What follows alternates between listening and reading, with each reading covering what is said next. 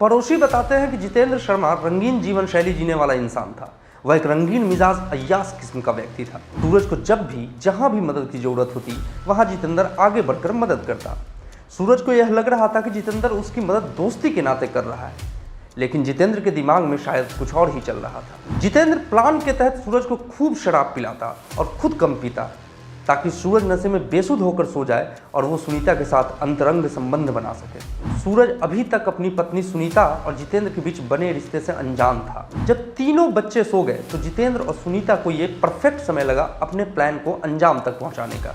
जितेंद्र ने सामने पड़ा तकिया उठाया और सूरज के मुंह पर पूरी ताकत से दबा कर रखा। हत्या से 4-5 दिन पहले ही सुनीता ने मकान मालिकन मिथिलेश देवी के पास जाकर कहा था कि ऊपर पानी की कभी कभी दिक्कत हो जाती है, इसलिए पानी स्टॉक करने के लिए मुझे एक ड्रम दे दीजिए। हत्या के बाद सूरज की लाश को उसी नीले प्लास्टिक ड्रम में ठूस दिया गया और उसके ऊपर नमक डाल दिया गया, ताकि लाश जल्दी सड़ जाए और पहचान मिट जाए। वीरों की धरती राजस्थान में एक घर की छत पर कई दिनों से एक नीला ड्रम रखा हुआ था। किसी को एहसास नहीं था कि उस ड्रम में क्या है। जब ड्रम से बदबू आने लगी तो पड़ोसियों को शक हुआ। मकान मालिक ने पुलिस को सूचना दी। पुलिस ने ड्रम खोला तो उसके भीतर नमक में लिपटी एक लाश मिली।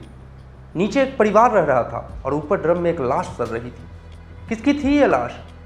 यह लाश रिश्तों की थी। यह लाश विश्वास की थी। यह लाश दोस्ती की थी। यह लाश आईना थी समाज में बढ़ते व्यभिचार की, हवस की, लालच की, गरीबी की, मजबूरी और नशे की। यह लाश थी 40 वर्षीय हंसराज उर्फ सूरज की। सूरज ईंट भट्टे का एक मजदूर था।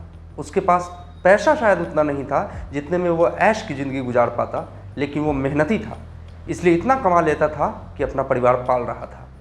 उसकी एक पत्नी थी। पत्नी के पास सब कुछ था, प्यार करने वाला पति, 3 प्यारे बच्चे और सहूलियत से ज़िंदगी गुजारने जितनी गृहस्थी। बच्चों के पास माँ और बाप दोनों का प्यार था और एक भविष्य भी जिसमें शायद वो अपने पिता से बेहतर ज़िंदगी गुजार पाते। लेकिन फिर इस खुशहाल परिवार में एंट्री होती है दोस्ती की, शराब की, लालच की, हवस की, अवैध संबंध और अनैतिक महत्वाकांक्षाओं की। नतीजा एक अपराध होता है और सब कुछ तहस नहस हो जाता है। एक हत्या होती है, ड्रम से लाश मिलती है और लाश के साथ ही ड्रम से बाहर निकलती है एक ऐसी कहानी जो न सिर्फ इंसानी रिश्तों और इंसानियत को शर्मसार करती है, बल्कि घर की 4 दीवारी के भीतर मौजूद सबसे भरोसेमंद और सुरक्षित माने जाने वाले रिश्तों में एक अनजाना डर पैदा कर देती है। एक ऐसी कहानी जो वैवाहिक संबंधों के बीच पल पल डराने वाला एक संदेह का बादल पैदा कर देती है। इस डर का सामना आज समाज में मौजूद हर व्यक्ति को करना पड़ रहा है। आखिर कौन था हंसराज और क्यों हुई थी हंसराज की हत्या और कौन थे हत्यारे? नमस्कार, मेरा नाम है रजनीकांत और आप देख रहे हैं द लैम्प। यह कहानी शुरू होती है उत्तर प्रदेश के शाहजहांपुर से। राजधानी लखनऊ से करीब 164 किलोमीटर दूर बसे इस शहर की पहचान है यहाँ के मेहनती लोग, उनका अपनापन और सांस्कृतिक धरोहर। शाहजहां मुख्यालय से लगभग 70 किलोमीटर दूर एक गांव है, नवडिया नवाजपुर। कुल 131 घर और आबादी 774 लोगों की। इन्हीं 774 लोगों में एक नाम था हंसराज उर्फ सूरज। करीब 9 साल पहले उसकी शादी सुनीता से हुई थी। इन 8 सालों में दोनों के 3 बच्चे हुए, एक 8 साल का, एक 5 साल और सबसे छोटा 18 महीने का। परिवार बढ़ा, जिम्मेदारियां बढ़ी तो खर्च भी बढ़ गए। करीब 3-4 महीने पहले हंसराज उर्फ सूरज अपनी पत्नी सुनीता को और तीनों बच्चों को साथ लेकर रोजगार की तलाश में राजस्थान के अलवर पहुंच जाते हैं। अलवर के किशनगढ़ बास इलाके के खैरथल तिजारा में उसने एक किराए का घर लिया और वहीं के एक प्रॉपर्टी डीलर और भट्ठा मालिक राजेश के ईंट भट्टे पर मजदूरी करने लगा। उसी भट्टे पर 36 साल का जितेंद्र शर्मा अकाउंटेंट के रूप में नौकरी करता था।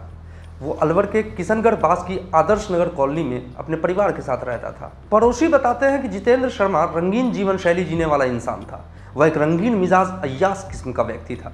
करीब 12 वर्ष पूर्व उसकी पत्नी शशि शर्मा की संदिग्ध परिस्थितियों में करंट लगने से मौत हो गई थी। हालांकि कुछ पड़ोसियों के दावा है कि मौत दुर्घटना नहीं थी, क्योंकि जितेंद्र के संबंध पड़ोस में रहने वाली एक महिला के साथ थे। जितेंद्र का एक बेटा भी है, लेकिन उसने दूसरी शादी नहीं की। इधर ईंट भट्टे पर काम करने के दौरान जितेंद्र और सूरज में दोस्ती हो गई। जितेंद्र और सूरज दोनों शराब के लती थे, तो शाम को जाम से जाम टकराने लगे। जैसे जैसे पैक गहरे होते गए, दोनों की दोस्ती भी गहरी होती गई। कोई नहीं जानता कि भट्टे के एक साधारण मजदूर और संपन्न अकाउंटेंट के बीच यह दोस्ती एक जगह रहने की वजह से हुई थी या फिर किसी योजना के तहत जितेंद्र शर्मा ने सूरज के साथ दोस्ती का यह संबंध बनाया था। खैर, दोस्ती परवान चढ़ी तो जितेंद्र सूरज के घर भी आने जाने लगा। अब पार्टियों का दौर भट्टे और ठेकों से निकलकर सूरज के घर पर भी शुरू हो गया। चूंकि जितेंद्र की इनकम सूरज से काफ़ी ज़्यादा थी और उस पर पारिवारिक जिम्मेदारियां भी न के बराबर थी, तो वो अक्सर सूरज के परिवार की छोटी बड़ी आर्थिक मदद भी करने लगा। बच्चों के स्कूल के एडमिशन से लेकर घर की ज़्यादातर ज़रूरतें वो पूरी करता। सूरज को जब भी जहाँ भी मदद की ज़रूरत होती वहाँ जितेंद्र आगे बढ़कर मदद करता। सूरज को यह लग रहा था कि जितेंद्र उसकी मदद दोस्ती के नाते कर रहा है, लेकिन जितेंद्र के दिमाग में शायद कुछ और ही चल रहा था। सूरज और जितेंद्र की दोस्ती पारिवारिक घनिष्ठता में बदल चुकी थी और ये घनिष्ठता सिर्फ सूरज और जितेंद्र तक सीमित नहीं थी। सूरज की पत्नी सुनीता और जितेंद्र के बीच भी घनिष्ठता बढ़ रही थी। यह घनिष्ठता पहले आकर्षण और फिर अनैतिक संबंधों में बदल गई। सुनीता और जितेंद्र इतने नज़दीक आ चुके थे कि उनके बीच नैतिकता की सारी सीमाएं टूट चुकी थी और उधर मजदूरी करके पत्नी बच्चों को पाल रहे सूरज को इस बात का आभास तक नहीं था। जितेंद्र प्लान के तहत सूरज को खूब शराब पिलाता और खुद कम पीता ताकि सूरज नशे में बेसुध होकर सो जाए और वो सुनीता के साथ अंतरंग संबंध बना सके। सूरज जितेंद्र के एहसानों और शराब की लत में ऐसा डूबा हुआ था कि उसे इस बात की भनक तक नहीं लगी कि उसकी पीठ पीछे उसका दोस्त और पत्नी मिलकर कौन सा घिनौना खेल खेल रहे थे। 3 महीने तक यह अवैध रिश्ता बिना किसी बंदिश के निर्वात चलता रहा। जुलाई अगस्त में जब बरसात का मौसम आया तो ईंट भट्ठा 4 महीने के लिए बंद हो गया। ऐसे में बिना कमाई सूरज के लिए अलवर में सर्वाइव करना नामुमकिन था। सूरज ने जितेंद्र से कहा कि 4 महीनों के लिए वो शाहजहांपुर अपने गांव चला जाएगा क्योंकि उसके पास काम नहीं है। वो अलवर में रहकर परिवार का खर्चा नहीं उठा पाएगा।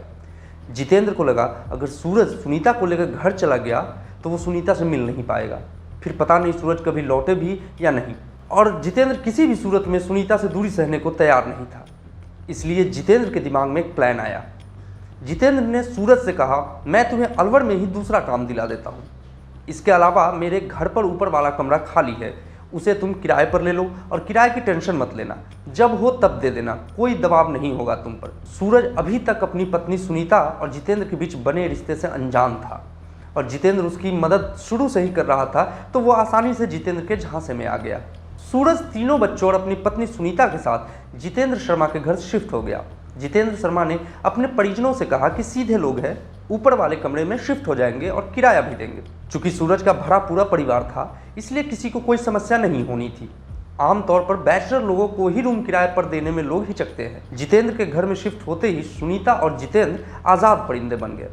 सूरज के काम पर जाने और बच्चों के स्कूल जाने के बाद दोनों हवस का गंदा खेल खेलते, लेकिन अवैध संबंध हमेशा छिपे नहीं रह सकते। अवैध रिश्ता बेकाबू हुआ तो सूरज की नजरों से कब तक बचता। सूरज को अब धीरे धीरे शक होने लगा कि उन दोनों के बीच कुछ तो चल रहा है। उसने दोनों की हरकतों पर गौर करना शुरू किया और जल्द ही उसे सब कुछ समझ आने लगा। लेकिन वो घर से सैकड़ों किलोमीटर दूर किसी और शहर में था। उसका आशियाना भी जितेंद्र का ही घर था और उसकी आर्थिक स्थिति भी ठीक नहीं थी, इसलिए वह जितेंद्र से सीधा कुछ कह नहीं पाया, लेकिन अपनी पत्नी से तो कह ही सकता था। उसने सुनीता को समझाया कि उसे सब पता चल चुका है। इस बात पर सुनीता और सूरज के बीच झगड़े भी हुए। सुनीता पर सूरज ने हाथ भी उठाया, मारपीट भी की, लेकिन हवस में अंधी हो चुकी सुनीता पर कोई असर नहीं पड़ा। सूरज को पता चलने के बाद भी सुनीता और जितेंद्र के संबंध यथावत रहे, बस उन्होंने अब सावधानी बरतनी शुरू कर दी। इधर सुनीता और सूरज के बीच बदलते दिन के साथ कलह बढ़ती गई। सूरज ने अब गांव वापस जाने का फैसला कर लिया था, साथ ही वो अब दोनों पर नजर भी रखने लगा था। अब सूरज सुनीता और जितेंद्र के बीच के अनैतिक संबंधों की राह में सबसे बड़ा रोड़ा बन चुका था और कहीं किसी के मन में इस रोड़े को रास्ते से हटाने का इरादा भी बन चुका था। सुनीता ने शायद बाकी का जीवन जितेंद्र के साथ भी बिताने का फैसला कर लिया था, इसलिए दोनों ने तय किया कि अगर साथ में रहना है तो सूरज को रास्ते से हटाना ही पड़ेगा, पर कब, कहाँ और कैसे। 15 अगस्त 2025 की शाम आती है।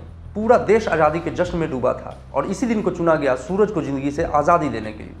सूरज की ज़िंदगी से आज़ादी का सीधा मतलब था सुनीता और जितेंद्र को खुलकर हवस पूरी करने की आज़ादी।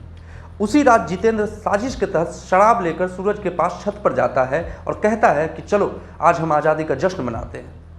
बैठक हुई, बोतल खुल गई और महफिल जम गई। थोड़ी देर बाद सुनीता भी इस महफिल में शामिल हो गई। सूरज, सुनीता और जितेंद्र साथ बैठकर शराब पीने लगे। नशा दिमाग पर चढ़ा तो बातें होने लगी। दिल में दबा गुबार बाहर आने लगा। बहस शुरू हुई जो सुनीता और सूरज के बीच झगड़े में बदल गई।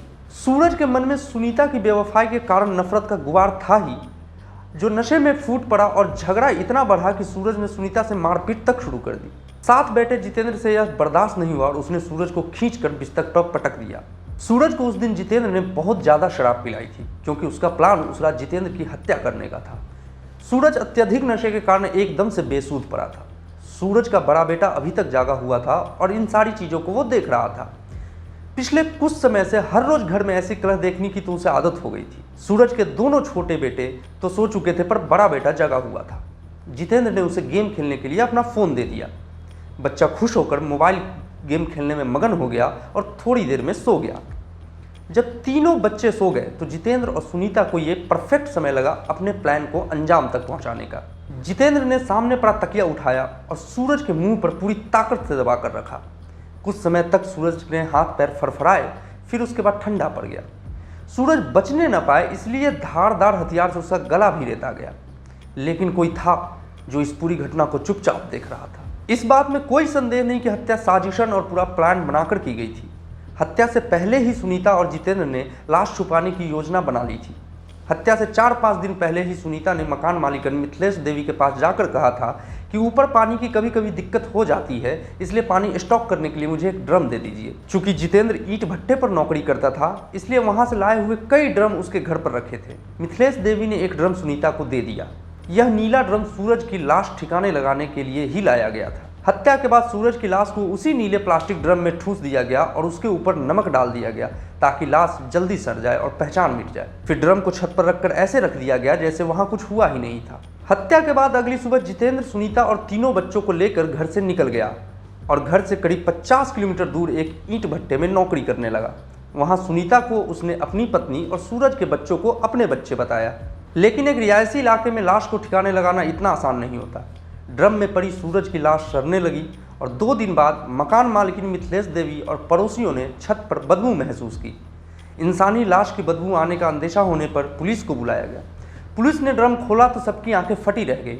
ड्रम के भीतर नमक में लिपटा सूरज का शव पड़ा था। इस सनसनीखेज वारदात से पूरा इलाका दहल उठा। लाश की शिनाख्त हुई तो पुलिस ने गौर किया कि सूरज की पत्नी और बच्चे गायब हैं। साथ ही मकान मालिक का लड़का जितेंद्र भी गायब है। पुलिस का पहला संदेह उन्हीं पर गया और जितेंद्र का मोबाइल सर्विलांस पर डाल दिया गया। मोबाइल लोकेशन के जरिए पुलिस ने उन्हें उसी ईंट भट्टे से गिरफ्तार किया जहां वो छिपे हुए थे। हत्या क्यों हुई, कैसे हुई और किसने की, इन सवालों का जवाब मिला एक मासूम की गवाही से। यह गवाह सूरज का 8 साल का बेटा था।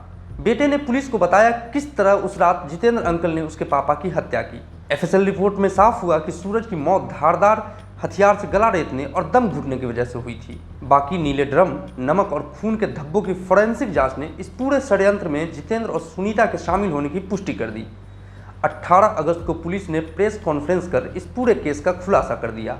सुनीता और जितेंद्र जेल भेज दिए गए और सूरज के तीनों बच्चे दादा दादी के हवाले कर दिए गए। लेकिन कई सवाल अनसुलझे रह गए। इस हत्याकांड में सुनीता और जितेंद्र को क्या हासिल हुआ? क्या इस अपराध को होने से रोका जा सकता था? शायद हाँ। अगर सूरज, सुनीता और जितेंद्र के अवैध संबंधों की जानकारी होते ही चुपचाप परिवार लेकर गांव आ जाता। लेकिन उसने न सिर्फ खतरा सूंघने और सही समय पर सही फैसला लेने में देरी की, बल्कि जितेंद्र के साथ बैठकर शराब पी, जिसने इस हत्याकांड को अंजाम देने का मौका उपलब्ध करवाया। सूरज ने अपनी लापरवाही की कीमत अपनी जान देकर चुकाई। सुनीता और जितेंद्र को अपनी हवस की कीमत जेल में रहकर चुकानी पड़ेगी। पुलिस अब इस बात की भी जांच कर रही है कि जितेंद्र की पत्नी की मौत हादसा थी या हत्या। लेकिन उन 3 मासूम बच्चों का क्या दोष जिनके सिर से बाप का साया छीन लिया गया और मां की ममता भी नहीं रही। अलवर का नीला ड्रम हत्याकांड सिर्फ एक पति की हत्या की कहानी नहीं है। यह एक टूटते परिवार, लालच और गलत रिश्तों की सबसे डरावनी मिसाल है। इस केस ने साबित कर दिया है कि अनैतिक संबंध कभी हमेशा के लिए छिपाए नहीं जा सकते।